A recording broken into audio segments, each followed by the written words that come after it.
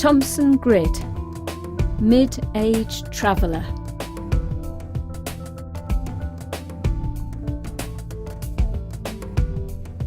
Chakra Games. If you don't have a music festival to go to, where other people can entertain your children, there is a need to pack items for the pursuit of leisure. In recent times, the availability of Wi-Fi has become the major consideration for indoor entertainment for many children. This was not always the case. Due to the relative unavailability of Wi-Fi at most campsites. Need to do that again. It's not how you say campsites.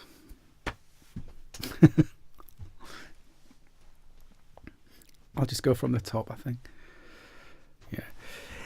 If you don't have a music festival to go to, where other people can entertain your children, there is a need to pack items for the pursuit of leisure. In recent times, the availability of Wi-Fi has become the major consideration for indoor entertainment for many children. This was not always the case. Due to the relative unavailability of Wi-Fi at most campsites until fairly recently, it was always prudent to pack plenty of board and card games to pass away the foggy mornings, rainy afternoons, or dark evenings before bedtime.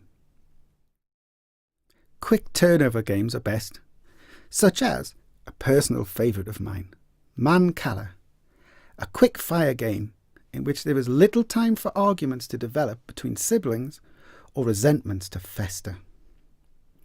It takes up little space and can be played with any small counters, such as coins or pebbles. Traditionally, you can even just scoop out small holes in the sand or soil to play. So really, it doesn't even matter if you forget to pack the game at all. Monopoly is an absolute no, as it requires all of the things Man Calla doesn't, i.e. time, equipment, space, calm, and non-competitive children. Card games are, of course, a great idea. I would add to the cards a pack of pretend money pilfered from your now redundant Monopoly set for games involving gambling. Poker is such a game and can be a true revealer of character. As a person who has practiced yoga for many years, I feel I may have identified how a person's poker-playing traits can be linked to the strengths, or indeed deficiencies, of the sevenfold yogic chakra system, which I will now attempt to outline for you. The base chakra is located near the perineum at the base of the spine. The person who is deficient here may have problems with letting go and worries about scarcity. There may also be issues relating to family and feeling part of a community. At poker, a person with base chakra deficiency may become quite restless and exhibit anxieties when not sat next to another family member. They may have difficulty parting with the Monopoly money and can become quite stressed when having to put the initial small sum in the pot to join the game. Betting will be of small incremental values, despite having a brilliant hand. Small, steady accumulation of Monopoly money is probable. The navel chakra influences relationships, possibly sexual. It relates also to control and the polarity of opposites. In a poker situation involving children and adults, there are two likely outcomes. If the navel chakra power is to the fore that evening, a polarity of opposites may develop between the male and female kids, leading to the taking of sides, which can evolve into outright cheating when cards change hands under the table so that the boys don't win. With adults, the influence of the navel chakra can take on the opposite extreme of bringing people together, possibly in a flirtatious way. For instance, this can lead to the two nice couples you met on holiday exhibiting frosty irritation amongst their relative partners, as male partner A sits far too close to female partner B of the other nice couple you met on holiday. Much giggling and unnecessary touching ensues, and card-playing collusion appears to be taking place. This eventuality can lead to male partner B trying to regain control of the relationship dynamic by suggesting the drinking of tequila shots to sort out the men from the boys. If drinking continues unabated during the game, relationships can be placed under strain. Taking action and expressing personal power is the key of the solar plexus chakra.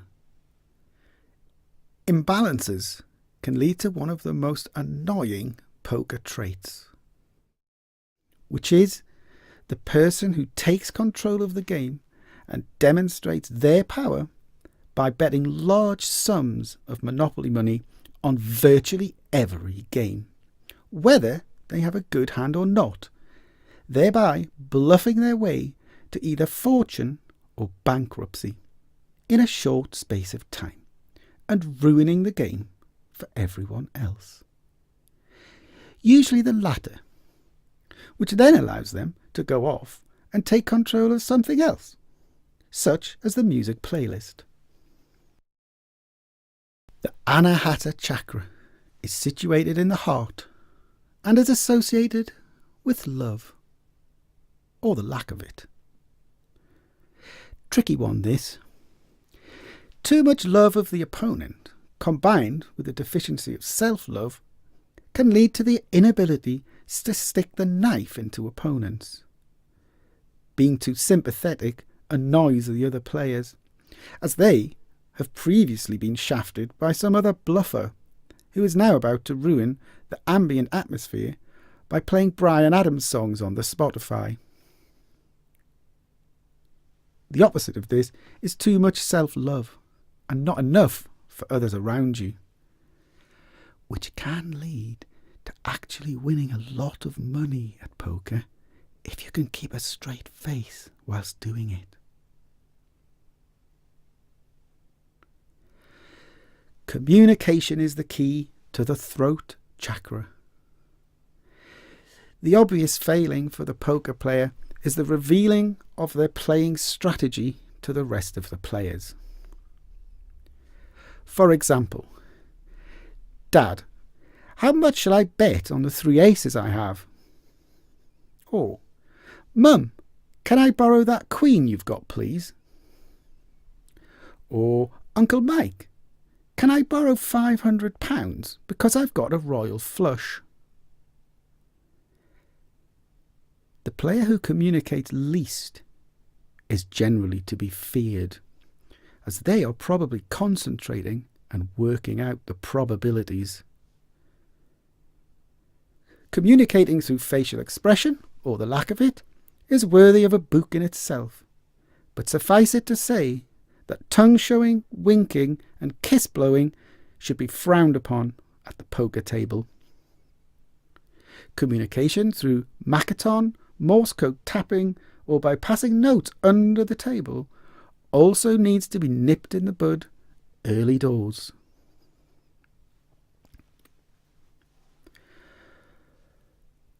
Wisdom and intuition are positive traits of the third eye chakra, whilst blockages may cause lack of memory poor concentration, or delusion.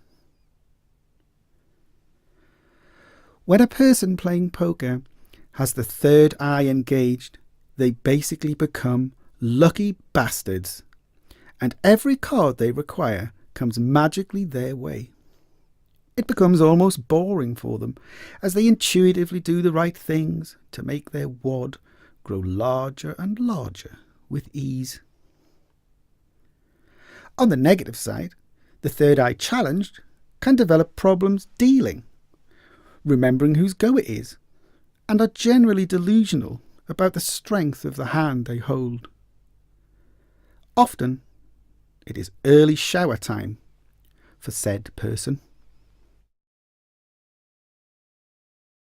The person who has achieved the state of enlightenment associated with the crown chakra is probably either a small, innocent child or an adult who is under the influence of spirits of either variety. Either way, they have a direct channel, or at least a strong connection to, the power which is greater than ourselves, and are potentially in harmonic association with the gods of poker. If the power begins to overwhelm them, they may fall asleep or drift off into a conscious or indeed unconscious meditative state, thereby leaving all the monopoly cash they have won to be divvied up by the remaining players. So, remember to pack those playing cards and Monopoly money for a truly spiritual camping experience.